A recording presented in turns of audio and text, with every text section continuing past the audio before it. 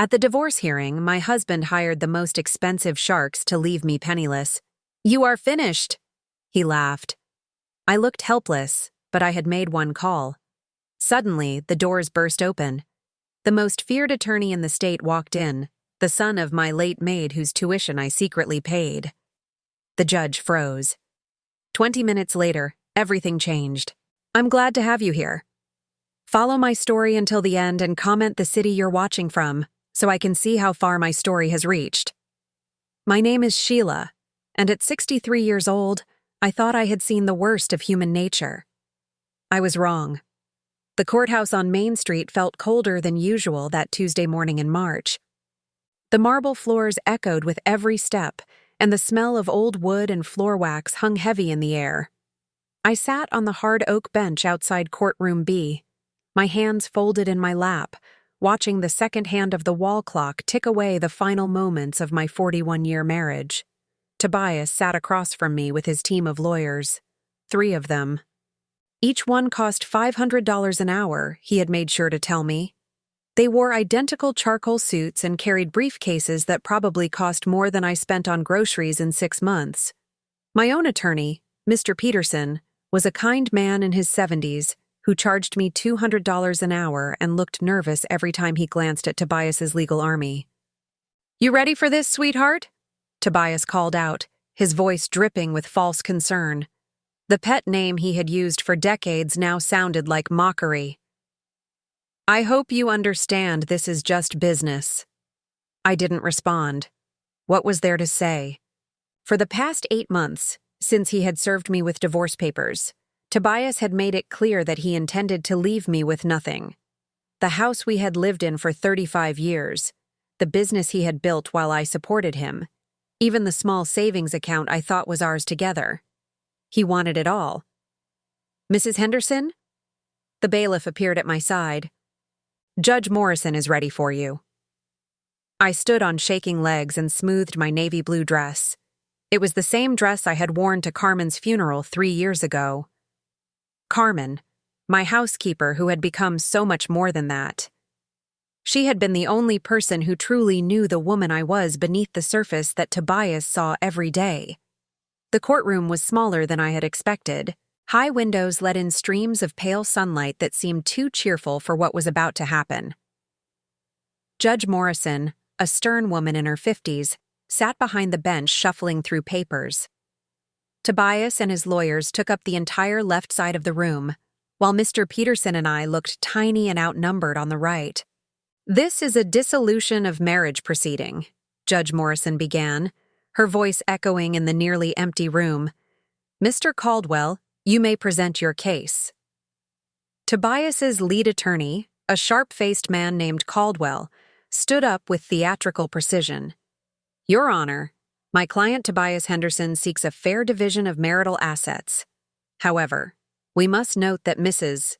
Henderson contributed very little to the accumulation of these assets during their marriage." The words hit me like a physical blow. Very little. After 4 decades of keeping his house, raising the children who had moved far away, supporting his career while putting my own dreams aside. Very little. "Mrs. Henderson," Caldwell continued, consulting his notes, "was primarily a homemaker throughout the marriage. She holds no professional credentials, contributed no significant income, and has no documented financial contributions to the marital estate valued at approximately $850,000. $850,000. That was what our life together was worth, apparently. The house on Elm Street where I had cooked thousands of meals, the business Tobias started in our garage while I worked a part-time job to pay our bills, the savings we had built together, penny by penny. Therefore, Caldwell's voice grew stronger, we request that Mrs. Henderson receive only the minimum required by law, as she lacks the skills or means to contribute meaningfully to her own support. I felt Mr. Peterson shift beside me, his pen scratching frantically across his legal pad. He was a good man, but I could see the defeat in his shoulders. We both knew he was outmatched. Judge Morrison looked at me with something that might have been pity. "Mrs. Henderson, do you wish to respond?" Mr. Peterson started to stand, but I placed a gentle hand on his arm. "Your Honor," I said, my voice steadier than I felt, "I would like to make a brief phone call before we proceed. It's important." The judge frowned. "Mrs. Henderson, this is highly irregular." "I understand, Your Honor, but there's someone who needs to know what's happening here today." Tobias let out a bark of laughter. "Who are you going to call, Sheila? Your book club? Your knitting circle?" His lawyers chuckled appreciatively at his joke.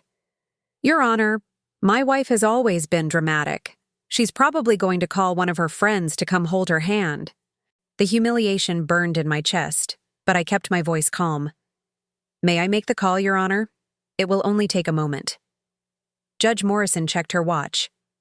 "5 minutes, Mrs. Henderson. Then we continue." I walked to the back of the courtroom, my heels clicking on the marble floor. My phone felt heavy in my hand as I scrolled through my contacts. When I found the number I was looking for, my finger hesitated over the screen for just a moment. The phone rang twice before a familiar voice answered. "Wesley Morrison Law Group." "Wesley," I said quietly. "It's Sheila. I need you." There was a pause, then his voice changed completely. "Aunt Sheila? What's wrong? Are you okay?" He had called me Aunt Sheila since he was 7 years old, even though we shared no blood. "I'm at the courthouse downtown, courtroom B, the divorce hearing. He's trying to take everything." Another pause, longer this time. When Wesley spoke again, his voice was cold steel. "I'll be right there." I hung up and walked back to my seat. Tobias was still grinning, whispering something to his lawyers that made them all laugh. Mr. Peterson looked at me with concern. "Who did you call?" he whispered. "A friend," I said simply. Judge Morrison resumed the proceedings. "Mr. Peterson, your response to Mr. Caldwell's arguments?" Mr. Peterson stood, his hands trembling slightly. "Your Honor, Mrs. Henderson has been a devoted wife and mother for over 4 decades. While her contributions may not show up on a balance sheet, they were invaluable to the success of this marriage and Mr. Henderson's business." Tobias rolled his eyes dramatically. Caldwell stood up. "Objection, Your Honor. Emotional arguments don't change the financial facts, Mrs. Henderson simply doesn't have the education, experience, or capability to manage significant assets. She would be better served with a modest settlement that reflects her limited contribution to the marriage." Limited contribution. The words echoed in my head as I thought about all the nights I had stayed up with sick children while Tobias traveled for business. All the times I had entertained his clients, planned his parties, supported his dreams while mine gathered dust. "Furthermore," Caldwell continued, "Mrs. Henderson has shown poor financial judgment throughout the marriage.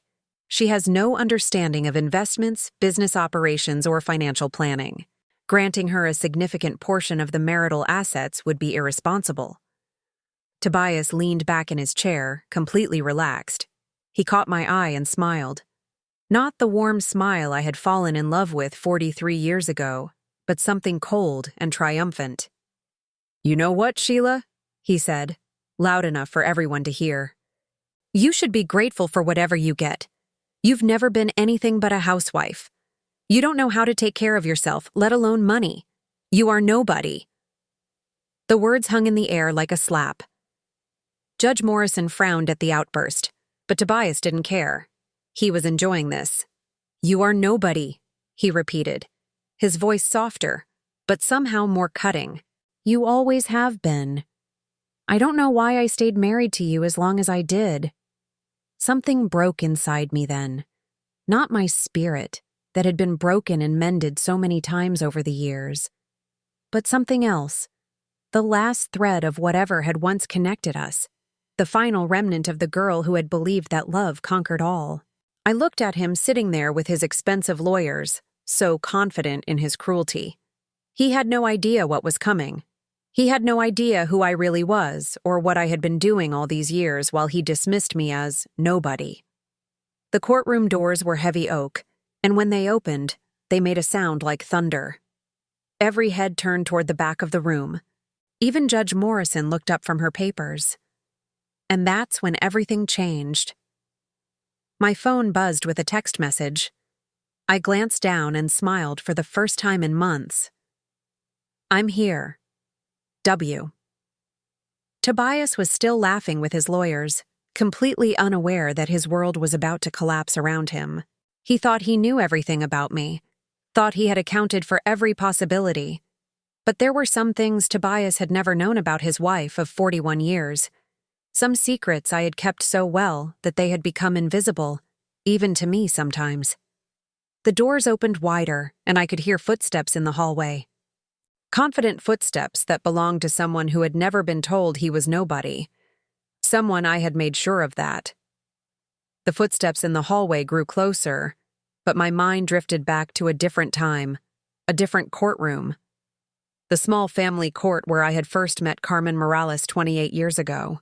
It was 1995, and I was 35 years old, desperate for help with the house and the children while Tobias traveled constantly for his growing business. Carmen was 23, a young mother herself, holding the hand of her 5-year-old son Wesley as she waited to translate for her elderly neighbor in a landlord dispute. I remember thinking how dignified she looked despite her obvious nervousness.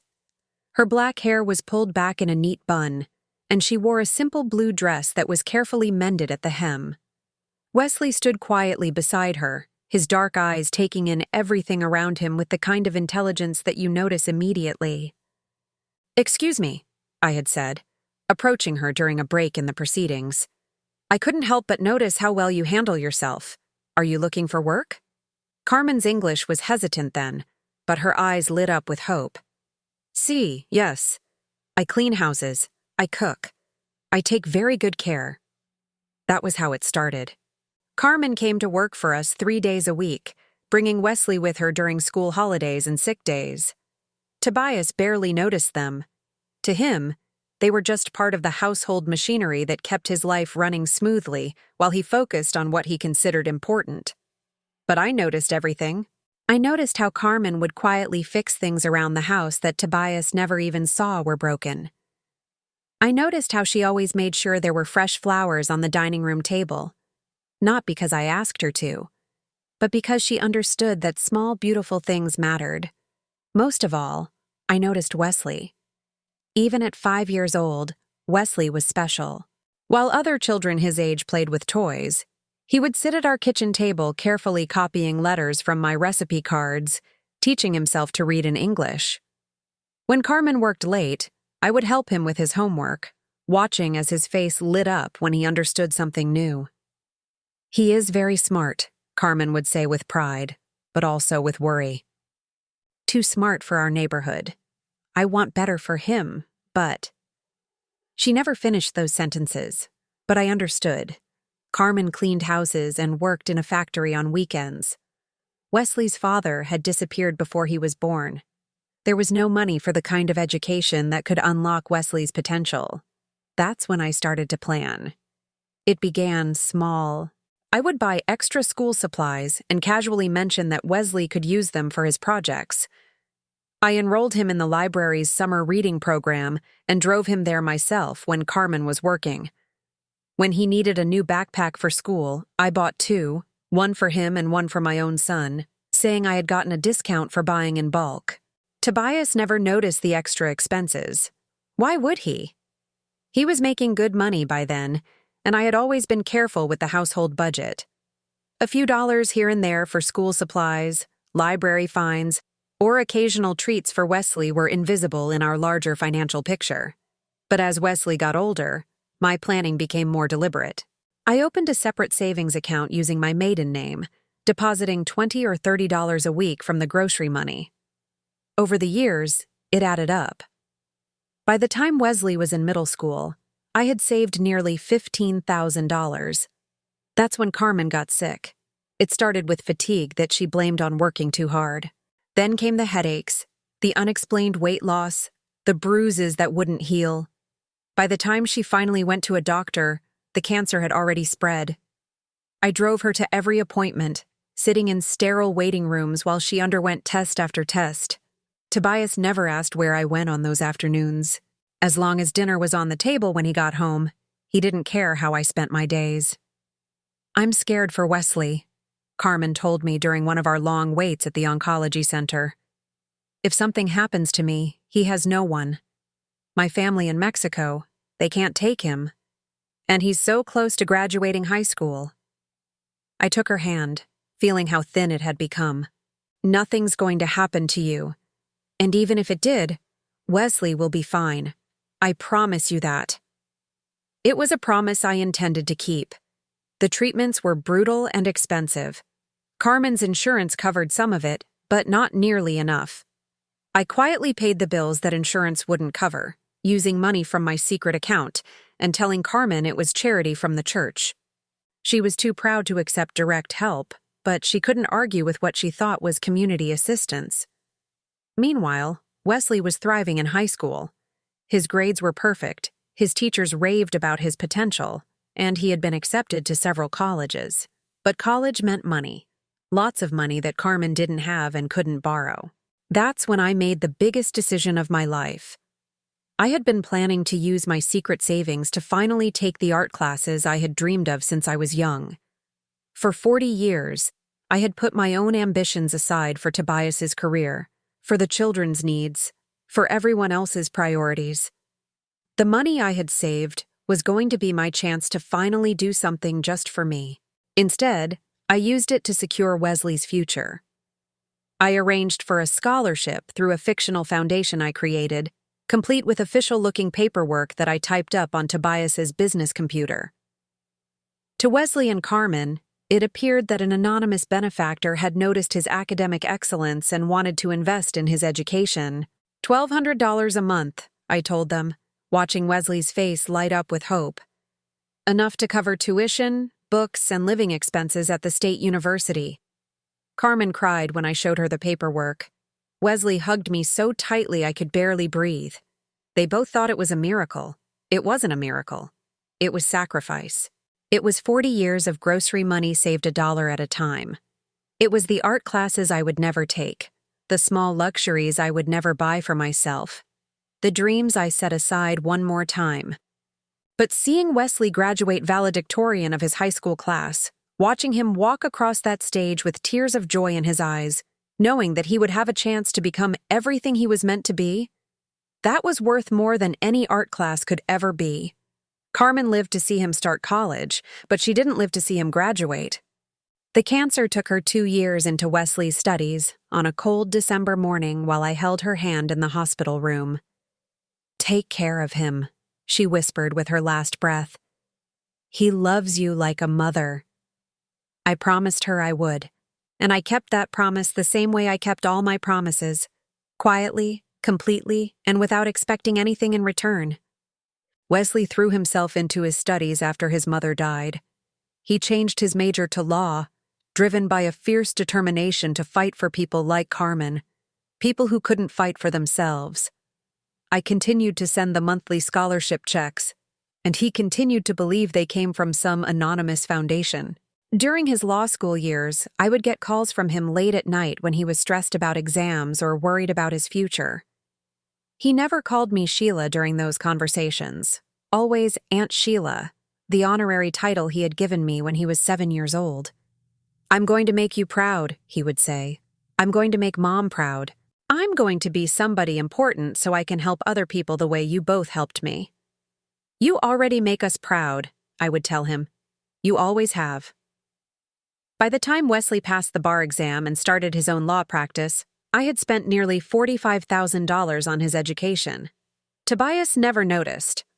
Why would he? He was too busy building his own empire to pay attention to his wife's small, careful acts of rebellion. Wesley's law practice grew quickly.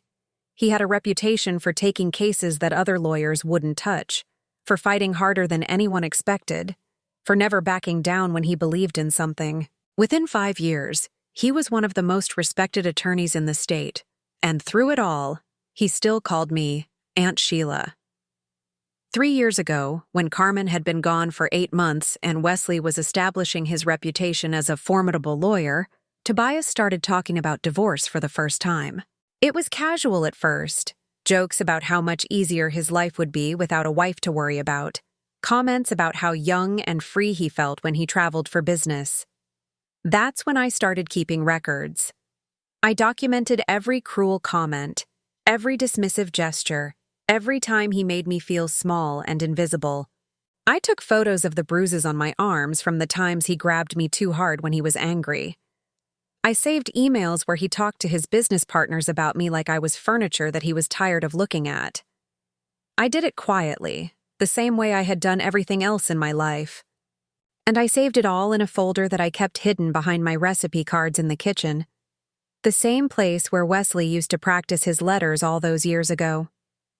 Carmen had taught me that love wasn't just about sacrifice. It was about strategy. It was about planting seeds for the future, even when you couldn't see how they would grow. Now, sitting in that courtroom listening to my husband call me nobody, I could hear those seeds beginning to bloom.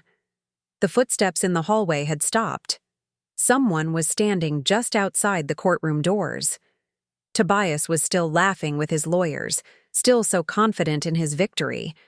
He had no idea that the scared 5-year-old boy who used to sit at our kitchen table had grown up to become the one person in this state that nobody wanted to face in court. He had no idea that every dollar he thought I had wasted on groceries and household expenses had actually been an investment in this exact moment. Most of all, he had no idea that love, real love, the kind that expects nothing in return, always finds a way to protect what matters most. The doors were about to open, and everything he thought he knew about his nobody wife was about to change forever. The heavy oak doors of courtroom B swung open with a force that made everyone turn. The sound echoed through the chamber like a gunshot, cutting through Tobias's laughter and the whispered conversations of his legal team. Wesley Morrison stepped into the courtroom, and everything changed.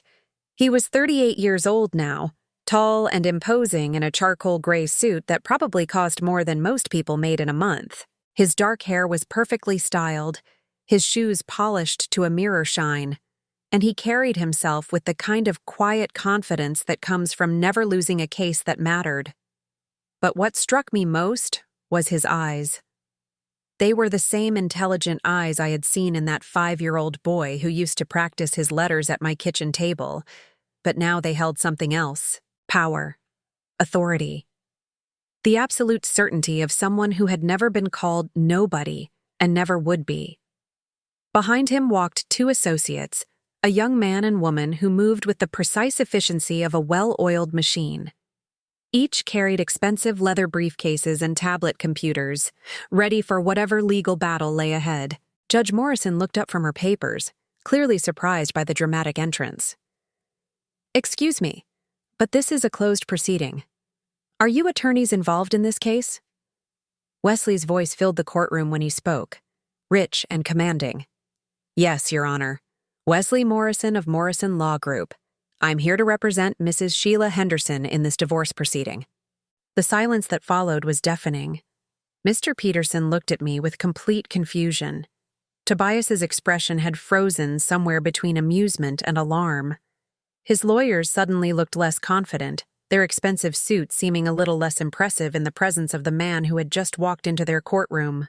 But it was Tobias himself who provided the most satisfying reaction. The color drained from his face as recognition slowly dawned. His mouth opened and closed like a fish gasping for air, and his hands gripped the edge of the table so tightly that his knuckles went white. "Wesley?" he whispered, the name coming out like a prayer or a curse. "Carmen's boy?" Wesley's eyes found Tobias across the courtroom, and his expression was as cold as winter. "Mr. Henderson, it's been a long time." Judge Morrison looked between them, clearly sensing the tension. "Mr. Morrison, I wasn't aware that Mrs. Henderson had retained new counsel. Mr. Peterson, were you informed of this change in representation?" Poor Mr. Peterson looked as confused as everyone else. "Your Honor, this is the first I'm hearing of it." I stood slowly, feeling stronger than I had in months. "Your Honor, I would like to dismiss Mr. Peterson and retain Mr. Morrison as my attorney. Thank you, Mr. Peterson, for your service. Mr. Peterson gathered his papers with visible relief. He was a good man, but we both knew he had been drowning in this case from the beginning. As he packed up his briefcase, he leaned over and whispered, "Good luck, Sheila. I have a feeling you're going to need it less than I thought." Wesley approached the defendant's table with his associates, setting down their briefcases with practiced efficiency. As he moved closer, I could see Tobias's panic growing. Sweat beaded on his forehead despite the cool air conditioning, and his breathing had become shallow and rapid. "Your Honor," Caldwell, Tobias's lead attorney, stood up with less confidence than he had shown all morning. "We object to this last-minute substitution. This appears to be a deliberate attempt to disrupt these proceedings." Wesley turned toward Caldwell with a smile that could have frozen hell. "Mr. Caldwell, isn't it? I'm familiar with your work. Mostly divorce cases where you try to intimidate women into accepting inadequate settlements. How's that working out for you lately?" Caldwell's face reddened. "Your Honor, this is highly irregular and inappropriate." Judge Morrison held up her hand for silence. "Mr. Morrison, while your entrance was certainly dramatic, you do have the right to represent Mrs. Henderson if she chooses to retain you. However, I hope you're prepared to proceed immediately. We've already heard opening arguments from Mr. Caldwell." Wesley opened his briefcase with deliberate calm. "Your Honor, I've been following this case since it was filed 8 months ago. I'm fully prepared to proceed." 8 months. He had been watching this entire time, waiting for the right moment. I felt a surge of emotion that I couldn't quite name. Gratitude, amazement, and something that felt like the fierce pride a mother feels for her child. Tobias leaned forward in his chair, his voice hoarse with disbelief. "How is this possible? How can you afford him, Sheila? Wesley Morrison charges $5,000 an hour. You don't have that kind of money." Wesley turned to face Tobias fully, and when he spoke, his voice carried the weight of 28 years of gratitude and 15 years of professional success. "Mr. Henderson, there are some things money can't buy. There are some debts that can never be repaid with cash. And there are some women who deserve better than being called nobody by the men who should have cherished them." The courtroom fell silent except for the soft hum of the air conditioning and the distant sound of traffic outside. Tobias stared at Wesley as if he were seeing a ghost, which in a way, he was. The ghost of all the kindnesses he had never noticed, all the sacrifices he had dismissed, all the love he had taken for granted. "You don't understand," Tobias said, his voice rising with desperation. "This woman has been living off my success for 40 years. She's never contributed anything meaningful to our marriage or our finances. She doesn't deserve half of what I've built." Wesley's associate, the young woman, opened her tablet and handed it to him. He glanced at the screen, then looked back at Tobias with an expression of mild curiosity. "That's interesting, Mr. Henderson, because according to the financial records we've obtained, your wife has made some very significant contributions over the years. Contributions you apparently weren't aware of." Caldwell jumped to his feet. "Objection. What financial records? We haven't seen any discovery that supports that claim." Wesley smiled again, and this time there was something predatory in it. "Mr. Caldwell, discovery works both ways. While you were busy trying to prove that Mrs. Henderson contributed nothing to this marriage, we were busy proving exactly the opposite." He nodded to his male associate, who immediately began setting up a laptop and portable projector. Within minutes, they had transformed the courtroom into a presentation space that would have made any corporate boardroom envious. "Your Honor," Wesley continued, "with the court's permission, I'd like to present evidence that will completely reframe how we view Mrs. Henderson's contributions to this marriage."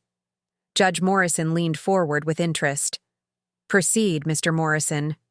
The first image that appeared on the courtroom wall was a photograph of our house on Elm Street, taken the day we moved in 35 years ago. It looked small and shabby, with peeling paint and a yard full of weeds. "This is the home that Mr. and Mrs. Henderson purchased in 1988, Wesley said, using a laser pointer to highlight different areas of the photograph. Purchase price, $89,000. They put down $18,000 and financed the rest. The next image showed the same house as it looked today. Beautiful landscaping, fresh paint, upgraded windows, and a welcoming front porch that hadn't existed in the original structure. This is the same house today, valued at $350,000. Mr.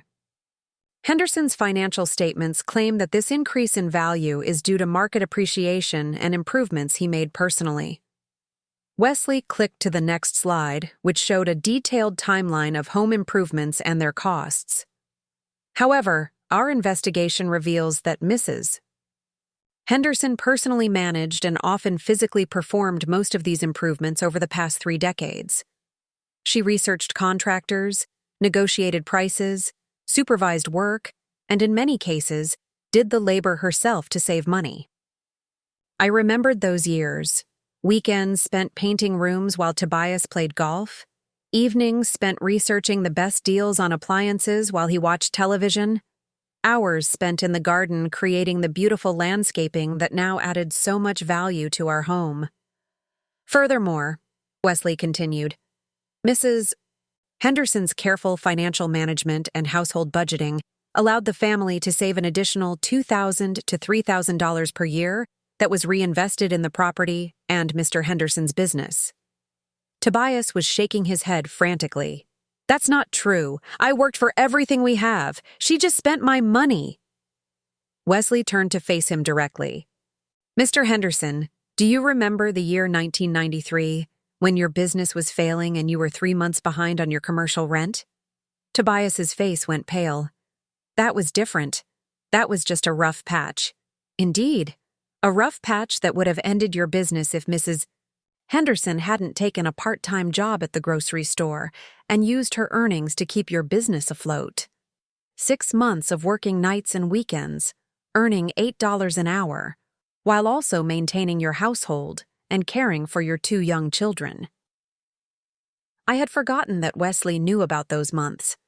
He would have been only 8 years old then, but Carmen had been watching my children during some of those evening shifts. Apparently, he remembered more than I realized. The next slide showed bank records from that period, with deposits from my grocery store job clearly marked. $2,400, Wesley said. That's how much Mrs. Henderson earned during those 6 months. Every penny went to keeping her husband's business alive. Without her intervention, there would be no business for us to divide today. Caldwell was furiously taking notes, but I could see the defeat in his posture. This wasn't the narrative they had prepared for. This wasn't the helpless housewife they thought they were facing. Your Honor, Wesley said, this pattern of contribution and sacrifice continued throughout the 41 years of this marriage. Mrs. Henderson didn't just keep house and raise children. She was the silent partner who made her husband's success possible. The presentation continued with slide after slide of evidence I didn't even know existed. Records of the dinner parties I had planned and hosted for Tobias's business clients. Documentation of the times I had filled in as his secretary when he couldn't afford to hire help. Proof of the networking and relationship building I had done within the wives' circle that had led to some of his biggest contracts. But it was the final slide that took my breath away. It was a photograph of Wesley's college graduation, with me standing beside him in my best dress, both of us smiling at the camera. Below it, in neat columns, was a financial breakdown. Your Honor, Wesley said, his voice softer now but no less powerful. I want the court to understand something about the woman who sits before you today. Mrs. Henderson didn't just contribute to her own family's success. For 15 years, she contributed to mine. The courtroom was so quiet you could have heard a pin drop.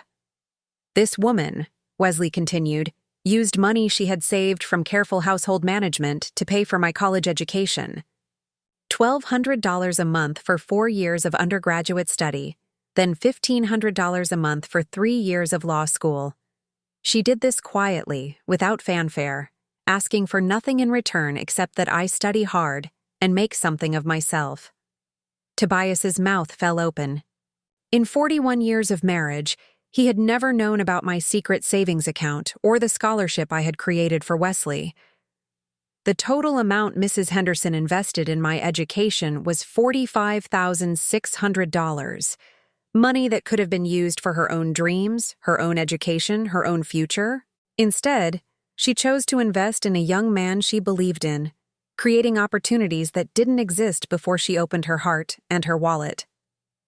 Wesley turned back to face Tobias, and his voice became steel again. So, when you say that Mrs. Henderson has never contributed anything meaningful, Mr. Henderson, I have to disagree. She contributed to raising me. And now I'm here to make sure she gets everything she deserves. The silence that followed was broken only by the sound of Tobias's ragged breathing. He looked like a man who had just watched his entire world collapse, because in many ways, he had. Judge Morrison leaned back in her chair, clearly processing everything she had just heard. This is quite compelling, Mr. Morrison. Do you have additional evidence to present? Wesley's smile was sharp as a blade. Your Honor, we're just getting started. Wesley moved to the center of the courtroom like a predator who had finally cornered his prey. The confidence in his movements reminded me of Carmen when she was determined to fix something that others had given up on. There was a quiet certainty that the job would be done right, no matter how long it took. Your Honor, Wesley continued, what we've shown so far represents only Mrs. Henderson's documented financial contributions. But there's another category of evidence that I believe will be even more compelling. He nodded to his female associate, who immediately began distributing manila folders to Judge Morrison, Caldwell, and the court reporter. Over the past 15 years, Mrs. Henderson has been documenting a pattern of emotional and financial abuse that goes far beyond the typical breakdown of a marriage. What she discovered is that Mr. Henderson has been systematically undermining her confidence, isolating her from potential income sources, and creating a financial dependency that he believed would make her too afraid to leave. Tobias shot to his feet, his face flushed with rage. That's a lie. I never abused anyone. Your Honor, this is character assassination. Judge Morrison's voice was sharp with authority. Mr. Henderson, you will remain seated and allow your attorney to speak for you. Another outburst like that and I'll hold you in contempt. Tobias sank back into his chair, but his breathing was rapid and shallow. Caldwell placed a restraining hand on his arm, whispering urgently in his ear. Wesley opened his own copy of the folder, revealing page after page of photographs, printed emails, and handwritten notes. Mrs. Henderson began keeping these records in 2008, initially as a way to document what she thought might be early signs of dementia. She was concerned about her husband's increasing irritability and memory lapses regarding conversations they had shared. I remembered those early days of record-keeping. I had genuinely worried that Tobias might be developing some kind of cognitive issue because the man I was living with seemed so different from the one I had married. It took me years to realize that he hadn't changed.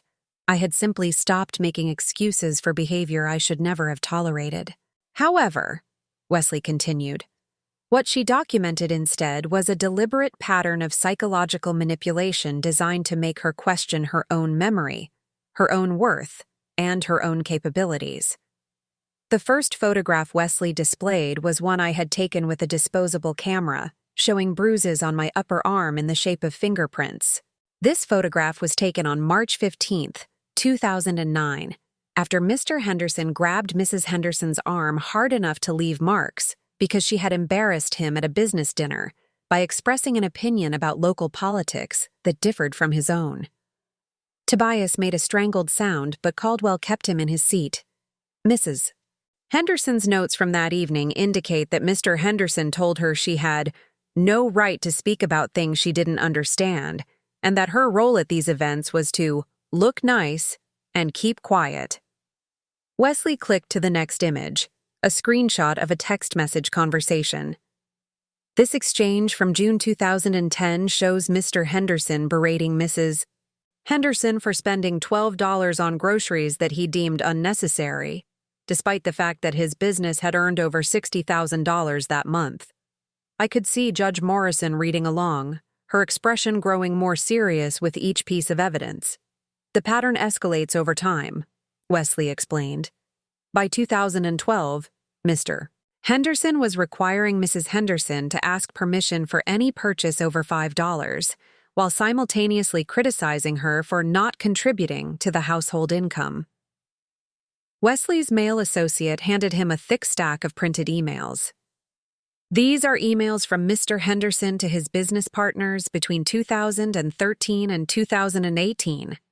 In them, he regularly refers to his wife as dead weight, describes her as too stupid to understand business, and jokes about how easy it would be to get rid of her if divorce laws weren't so unfavorable to men. Caldwell was frantically scribbling notes, but I could see the defeat in his posture. Everything Wesley was presenting was documented, dated, and devastating. "Your Honor," Caldwell said desperately, "these emails are taken out of context. Men sometimes complain about their spouses to their friends. It doesn't constitute abuse." Wesley turned to face Caldwell with the patience of a professor explaining something to a particularly slow student. "Mr. Caldwell, you're absolutely right. Men do sometimes complain about their spouses. But let me show you what makes this different." The next slide showed a timeline spanning 10 years, with dozens of incidents marked in red. "This isn't occasional venting, Mr. Caldwell. This is a sustained campaign designed to isolate Mrs. Henderson from any source of independence or self-confidence. Every time she expressed interest in taking a class, getting a job, or pursuing a hobby, Mr. Henderson found a way to sabotage it." Wesley clicked through a series of documented incidents. 2011. Mrs. Henderson enrolled in a watercolor painting class at the community college. Mr. Henderson scheduled mandatory business dinners every Tuesday night for 6 weeks until she was forced to drop out. Another click. 2014. Mrs. Henderson was offered a part-time position at the local library. Mr. Henderson convinced her that the 20 hours a week would neglect her household duties and that the $15 an hour pay wasn't worth the embarrassment of his wife working for so little. Click. 2016. Mrs. Henderson joined a book club that met monthly. Mr. R. Henderson complained so consistently about the time it took away from his needs that she stopped attending after 4 months. Each incident seemed small by itself, but seeing them laid out chronologically painted a picture of systematic control that made my stomach turn. I had lived through each of these moments, but I had never seen the pattern until now. The goal, Wesley explained, was to ensure that Mrs. Henderson remained financially and emotionally dependent on Mr. Henderson, making it impossible for her to leave even if she wanted to. Judge Morrison looked up from the documents. "Mr. Morrison, this is certainly disturbing, but how does it relate to the financial aspects of this divorce?" Wesley smiled. "I'm glad you asked, Your Honor, because Mr. Henderson's behavior wasn't just cruel, it was also illegal." The next slide showed bank records that I had never seen before. Multiple accounts, all in Tobias's name only, with balances that made my head spin. While Mr. Henderson was telling his wife that they needed to be careful with money and limiting her access to household funds, he was secretly transferring marital assets into accounts that she didn't know existed. Caldwell stood up quickly. "Objection, Your Honor. We haven't seen these records before. How did opposing counsel obtain confidential banking information?" Wesley's expression was innocent. "Mr. Caldwell, these records were subpoenaed from the banks after we discovered their existence through Mr. Henderson's own emails. It turns out that when you joke about hiding money from your wife in writing, it creates what we in the legal profession call evidence." The blood drained from Tobias's face as Wesley continued. "Over the past 8 years, Mr. Henderson has moved approximately $230,000 in marital funds into personal accounts. Money that should have been available for household expenses, Mrs. Henderson's personal use, and joint financial planning. $230,000. I felt dizzy trying to comprehend the amount. All those years of worrying about grocery budgets and asking permission for small purchases, while Tobias was hiding a fortune that rightfully belonged to both of us. Furthermore, Wesley said, his voice gaining momentum, Mr. Henderson used this hidden money to finance a lifestyle that Mrs. Henderson wasn't allowed to share. Business trips that were actually vacations, expensive restaurants where he entertained clients alone, even a luxury car that he claimed was necessary for business, but kept registered to his company rather than bringing it home. Wesley's associates had prepared a detailed financial analysis that they projected onto the courtroom wall. Every hidden account, every secret transaction, every dollar that Tobias had diverted from our marriage was laid out in neat columns and graphs. The total value of assets that Mr. Henderson attempted to hide from this divorce proceeding is $473,000, Wesley announced. Combined with the openly acknowledged marital assets of $850,000, we're looking at a marital estate worth over $1.3 million. $1.3 million. I had been living like a pauper while married to a secret millionaire. Tobias was hyperventilating now, his expensive lawyers looking helpless as their carefully constructed case collapsed around them. Caldwell was flipping through papers desperately, searching for some argument that could salvage the situation. "Your Honor," Caldwell said, his voice tight with desperation, "even if these allegations are true, it doesn't change the fact that Mrs. Henderson lacks the experience to manage significant financial assets.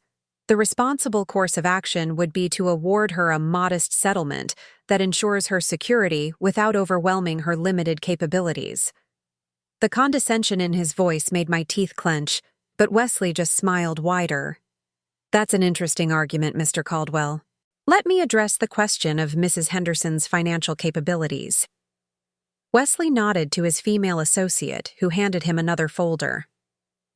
"Mrs. Henderson has been managing a complex financial portfolio for the past 15 years without her husband's knowledge or assistance. She opened and maintained separate investment accounts, researched and selected mutual funds, and achieved an average annual return of 7.4% on her investments." The next slide showed the growth of my secret education fund for Wesley, from the initial small deposits to the final account balance when I closed it after his graduation. This represents sophisticated financial planning and investment management that many professional advisors would be proud of. Mrs. Henderson turned household savings of $35,000 into the $45,600 that funded a complete college and law school education. Wesley turned to face Caldwell directly. "So when you suggest that Mrs.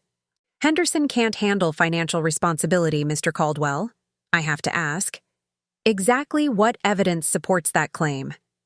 "Because the evidence I see shows a woman who successfully managed complex financial transactions while her husband was busy hiding money and lying about their true financial position." The courtroom fell silent except for the sound of Tobias's labored breathing. His lawyers had stopped taking notes.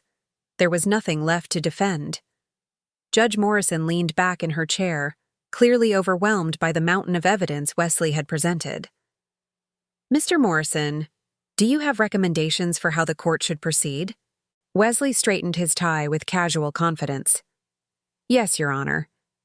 Given the pattern of financial deception and emotional abuse we've documented, along with Mr. Henderson's attempts to hide marital assets, we recommend the following." He paused, letting the tension build as everyone in the courtroom waited to hear what would happen next. "We recommend that Mrs. Henderson receive 65% of all marital assets, including the hidden accounts, as well as spousal support of $3,000 per month for 10 years.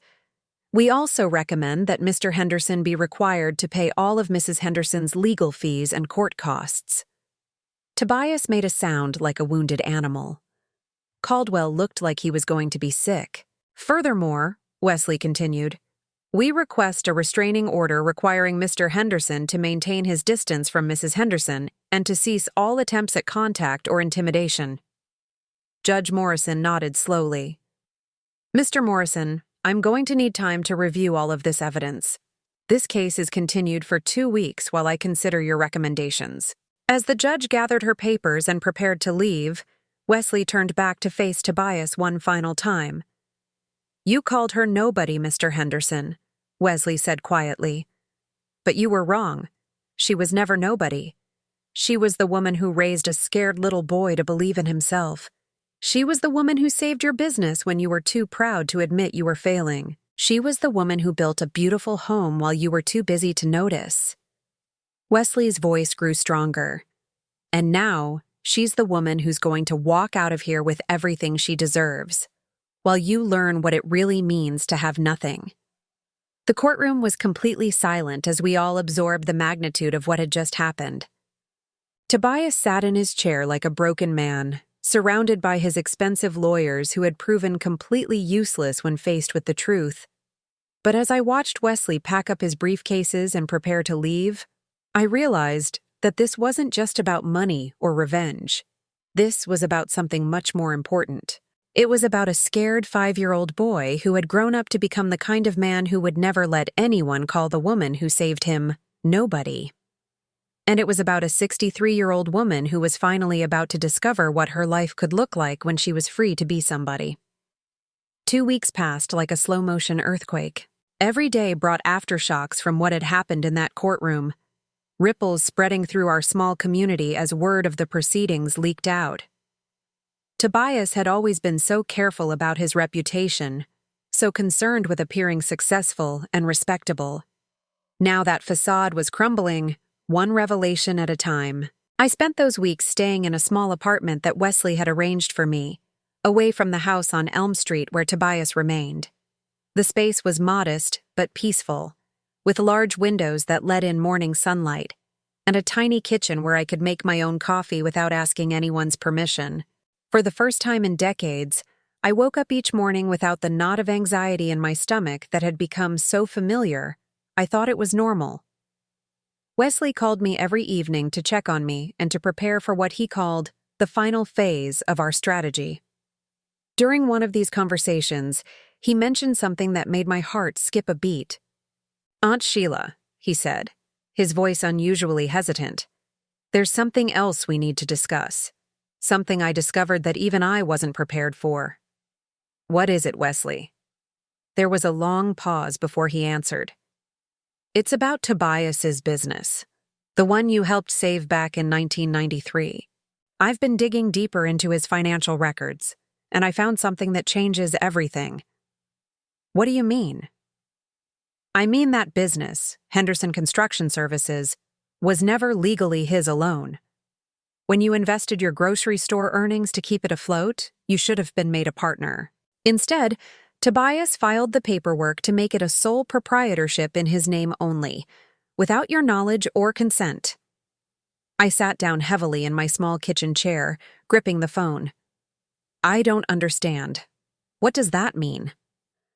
It means he stole from you, Aunt Sheila, not just emotionally or psychologically. He literally stole your legal share of a business that you saved with your own money, a business that's now worth over $600,000.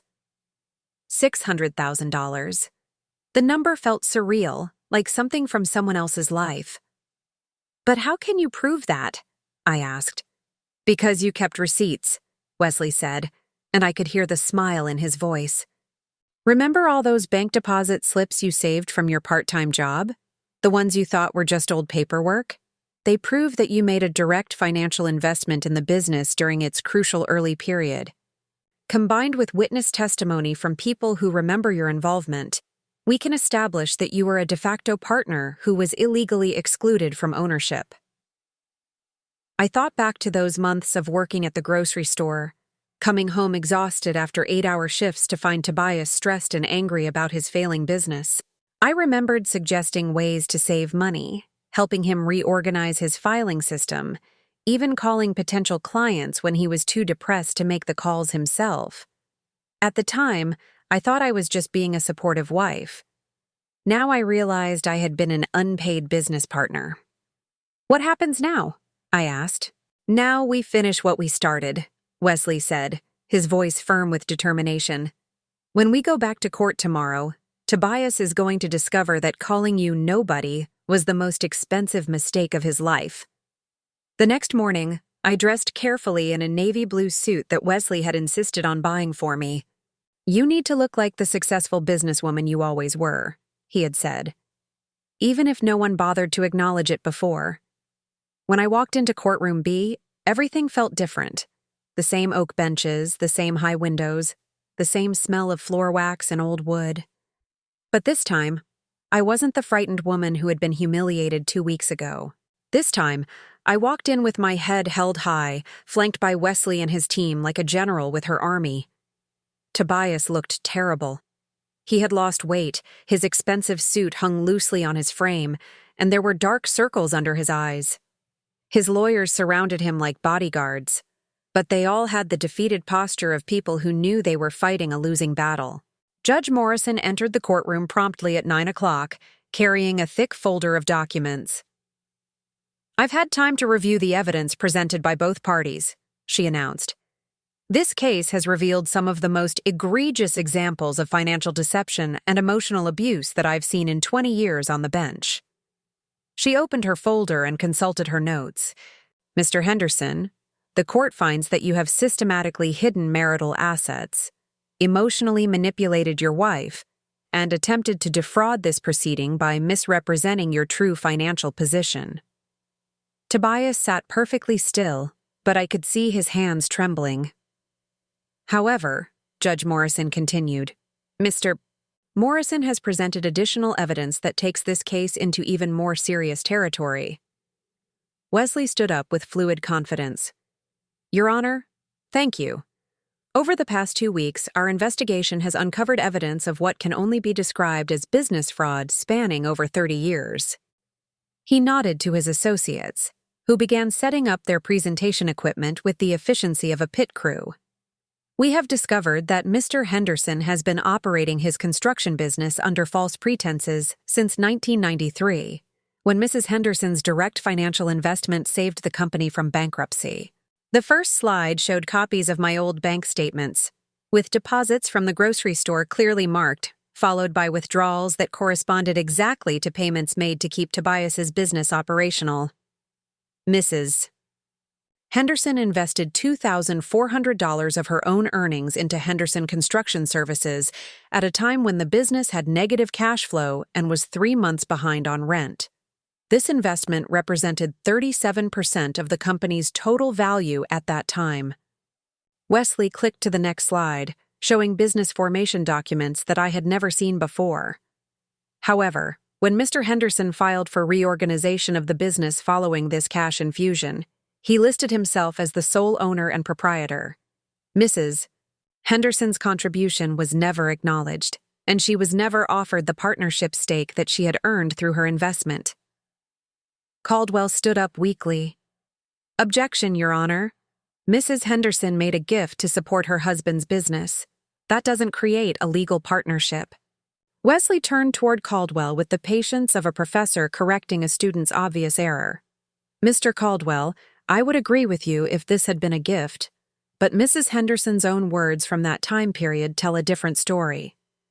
The next slide showed a photocopy of a letter I had completely forgotten about, written in my own handwriting 30 years ago. This is a letter that Mrs. Henderson wrote to her sister in October 1993, describing her investment in the business. I quote, "I'm putting my grocery store money into Tobias's company as a business investment. He promised that once things turn around, I'll be made a partner so I can have a say in how things are run. I'm tired of watching him make the same mistakes over and over." I remembered writing that letter, remembered the hope I had felt that finally Tobias would see me as an equal partner instead of just a supportive wife. I also remembered how that promise had been quietly forgotten once the business became profitable again. Furthermore, Wesley continued, "We have testimony from 3 former employees of Henderson Construction Services who remember Mrs. Henderson's active involvement in business operations during the 1990s. She handled client communications, managed the books during busy periods, and even supervised job sites when Mr. Henderson was handling multiple projects. Each piece of evidence was like another nail in Tobias's coffin. I watched him sink deeper into his chair as the true extent of his deception became clear. The current value of Henderson Construction Services is approximately $600,000, Wesley announced. Based on Mrs.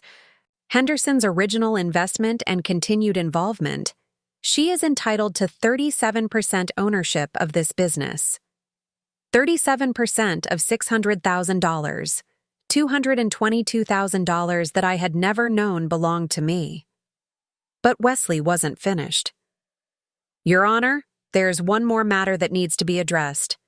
During our investigation, we discovered that Mr. Henderson has been using business funds for personal expenses, including payments to a private investigator hired to monitor Mrs. Henderson's activities during their separation.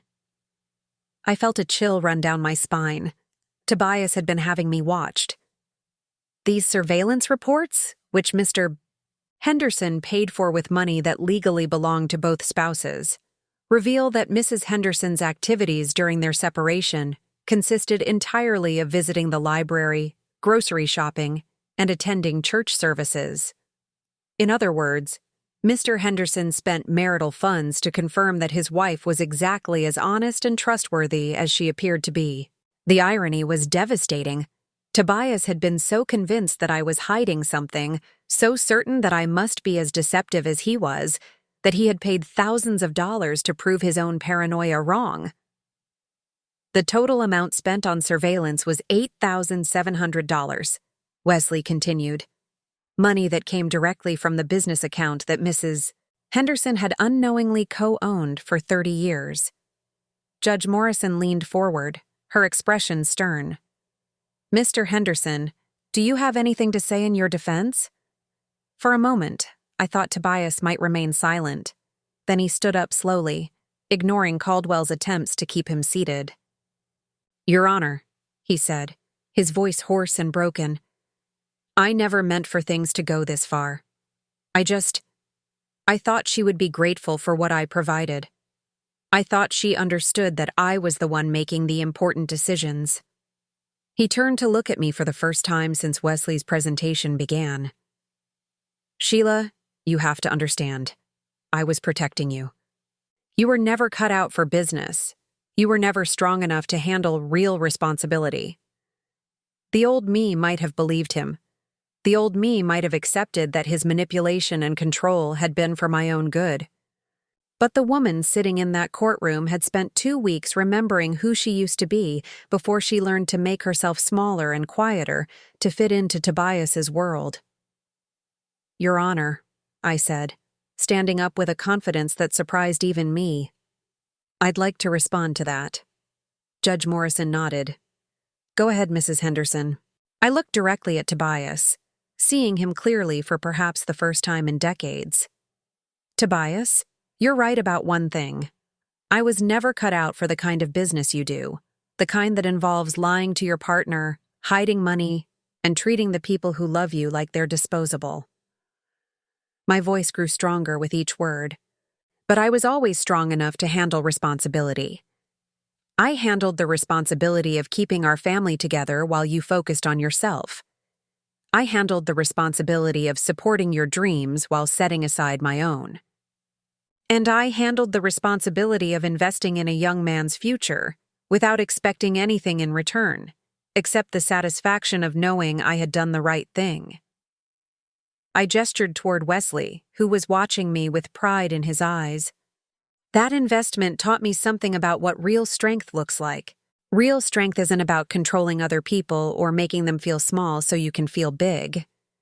Real strength is about lifting others up and trusting that they'll remember your kindness when it matters most. I sat back down, my heart pounding but my mind clear. Tobias stared at me like he was seeing a stranger, which in many ways, he was. Judge Morrison consulted her notes one final time before speaking. Based on the evidence presented, this court finds that Mr. Henderson has engaged in a pattern of financial deception, emotional abuse, and business fraud spanning multiple decades. She paused, letting the weight of her words settle over the courtroom. Mrs. Henderson is awarded 65% of all acknowledged marital assets, plus 37% ownership of Henderson Construction Services.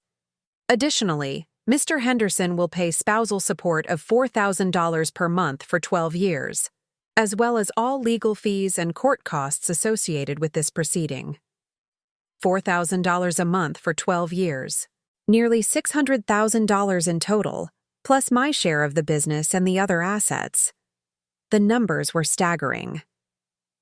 Furthermore, Judge Morrison continued, a restraining order is hereby issued requiring Mr. Henderson to maintain a distance of at least 500 feet from Mrs. Henderson at all times.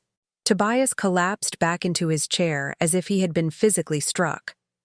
His lawyers were frantically whispering among themselves, probably calculating how much money their client had just lost and how it would affect their own fees. But I wasn't thinking about the money, stunning as it was. I was thinking about the letter Wesley had shown the court, the one where I had written about wanting to be a partner, wanting to have a say in decisions. For 30 years, I had accepted being treated as a silent supporter. Now, finally, my voice had been heard. As Judge Morrison dismissed the court and people began filing out, Wesley approached me with a smile that lit up his entire face. "How do you feel, Aunt Sheila?" he asked. I thought about the question seriously before answering. How did I feel? Vindicated, certainly. Relieved, absolutely. But more than anything, I felt something I hadn't experienced in decades. I felt free. I feel, I said slowly, like I'm finally ready to find out who I really am when nobody's trying to convince me I'm nobody. Wesley laughed and offered me his arm. Well then, let's go discover that together. As we walked out of the courtroom together, I could hear Tobias behind us, arguing desperately with his lawyers about appeals and legal technicalities. But his voice sounded very far away, like an echo from a life I had already left behind. The courthouse steps were bright with afternoon sunlight, and for the first time in 41 years, I walked down them as my own woman. 6 months later, I stood in the kitchen of my new home, a charming cottage with a wraparound porch and a garden that I was slowly bringing back to life. The morning sun streamed through windows that I had chosen myself, illuminating walls painted in soft yellow because it was my favorite color, and I no longer needed anyone's permission to surround myself with things that made me happy. The cottage was smaller than the house on Elm Street, but it was entirely mine.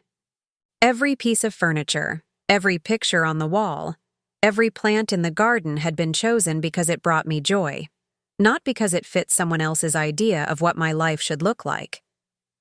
The kitchen was my favorite room, with open shelves displaying the colorful dishes I had collected over the past few months, and a small breakfast nook where I could sit with my morning coffee and watch the birds in my backyard. This morning was special. Wesley was coming for Sunday breakfast, a tradition we had started after the divorce was finalized. He usually arrived at 9 o'clock sharp, carrying fresh flowers from the farmer's market and whatever newspaper he thought would interest me most. These weekly visits had become the highlight of my week, a chance to connect with the man who had become the son I never had. I was just taking a tray of blueberry muffins out of the oven when I heard his car in the driveway. Through the window, I could see him walking up the garden path, and my heart swelled with the same fierce pride I had felt watching him in that courtroom 6 months ago.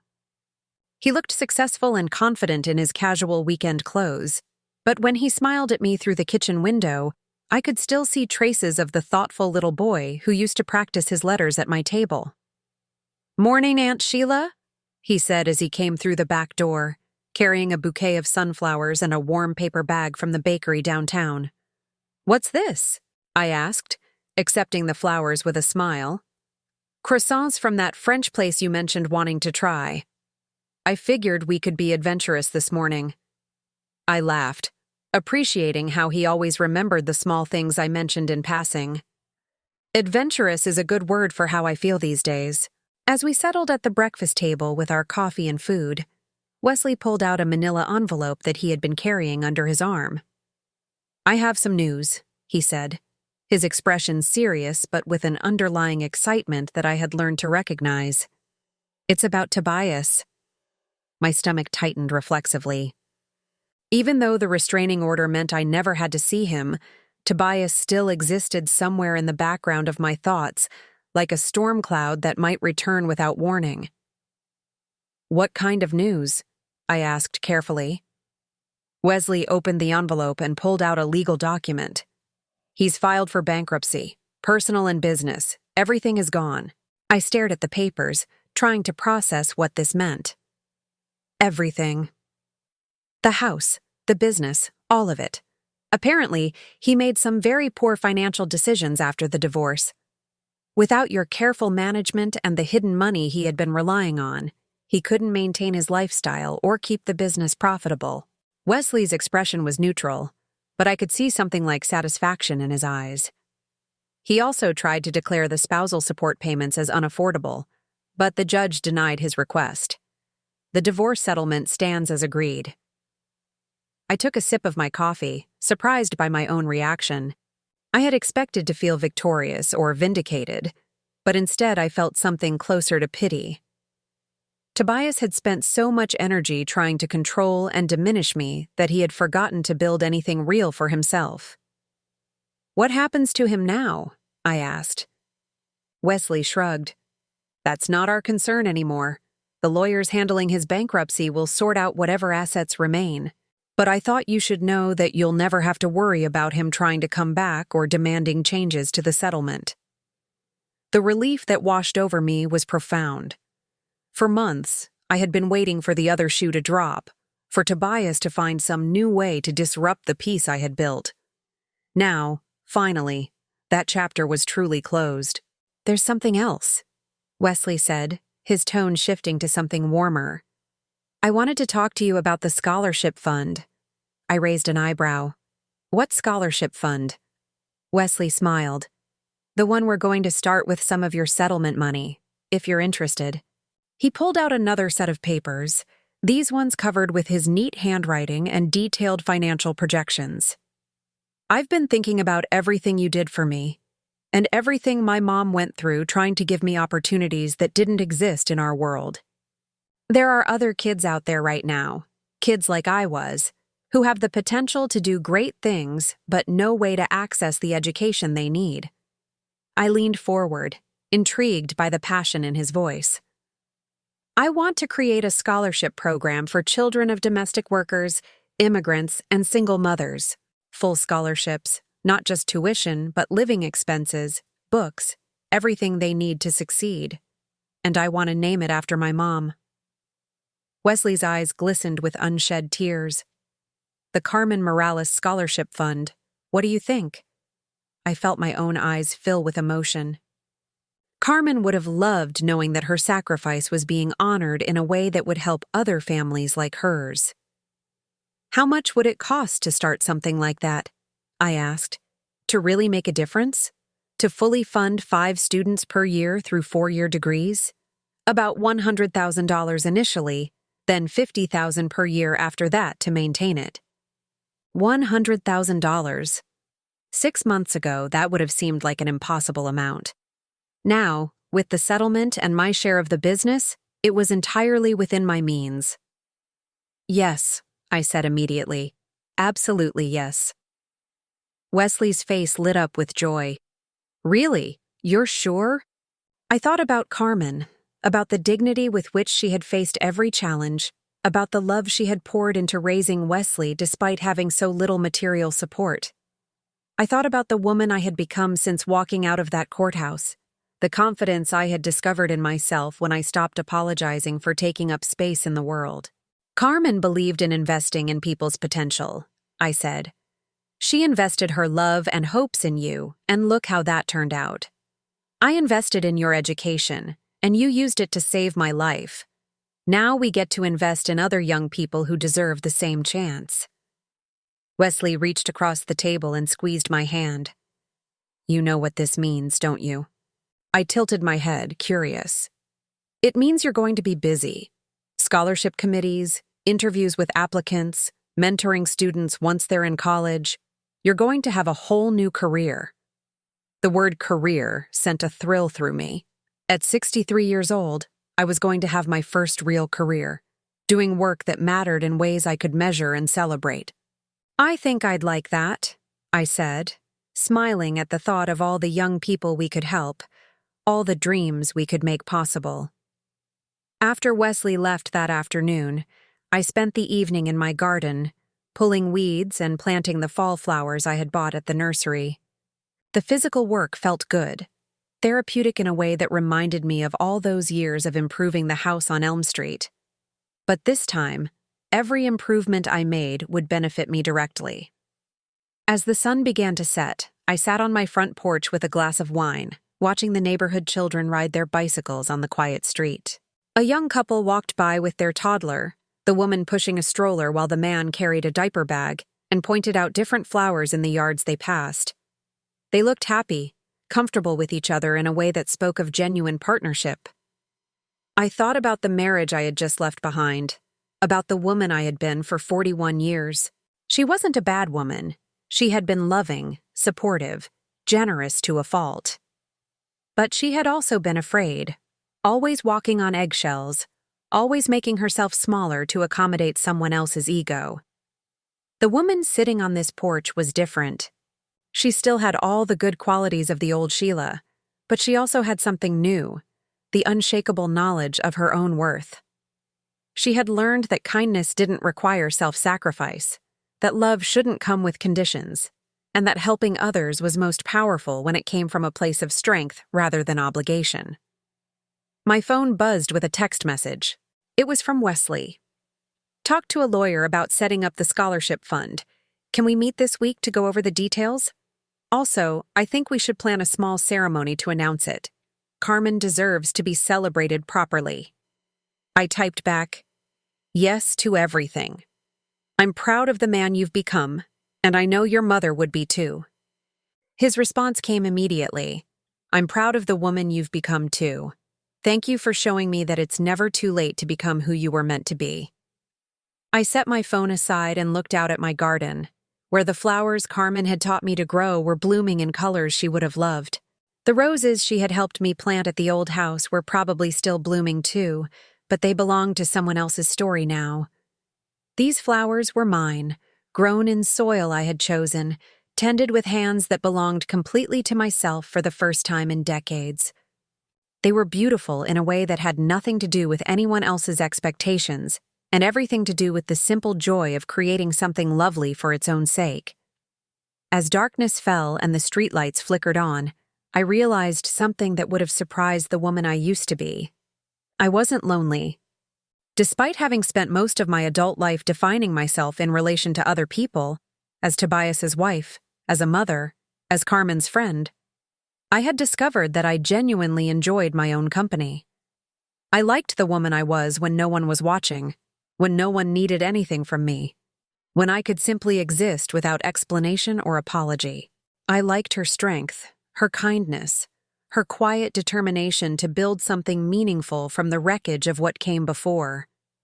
The night air was cool and peaceful, filled with the sound of crickets and the distant laughter of neighbors enjoying their own evening routines. I pulled a soft shawl around my shoulders and settled deeper into my porch chair, in no hurry to go inside. Tomorrow would bring new plans to make, scholarship applications to review, young lives to impact in positive ways. There would be board meetings and interviews, strategy sessions and celebration dinners. There would be all the busy, purposeful work of a woman who had finally found her calling. But tonight, there was just this: the simple pleasure of sitting in peace on my own front porch, surrounded by the garden I had planted, and the life I had built from nothing but determination and the love of people who had never called me nobody.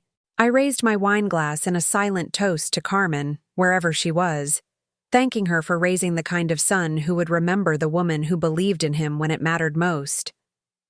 Then I toasted the sunset, the flowers, and the quiet miracle of a life that had somehow turned out better than I ever dared to dream. At 63 years old, I was finally exactly where I belonged, in a story where I was the heroine, not the supporting character. And the best part was, this was just the beginning. The price of loyalty, I had learned, could be devastatingly high when it was given to the wrong person. But the price of freedom, The cost of choosing yourself after decades of choosing everyone else was worth everything I had paid to earn it. Some endings are really beginnings in disguise. Some losses turn out to be the most valuable gifts you never knew you needed.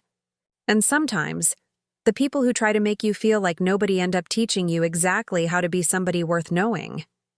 I finished my wine as the last light faded from the sky, then went inside to plan tomorrow's adventures. There were so many possibilities ahead, and for the first time in my life, they all belonged to me. Now I'm curious about you who listened to my story. What would you do if you were in my place? Have you ever been through something similar? Comment below. And meanwhile, I'm leaving on the final screen 2 other stories that are channel favorites, and they will definitely surprise you. Thank you for watching until here.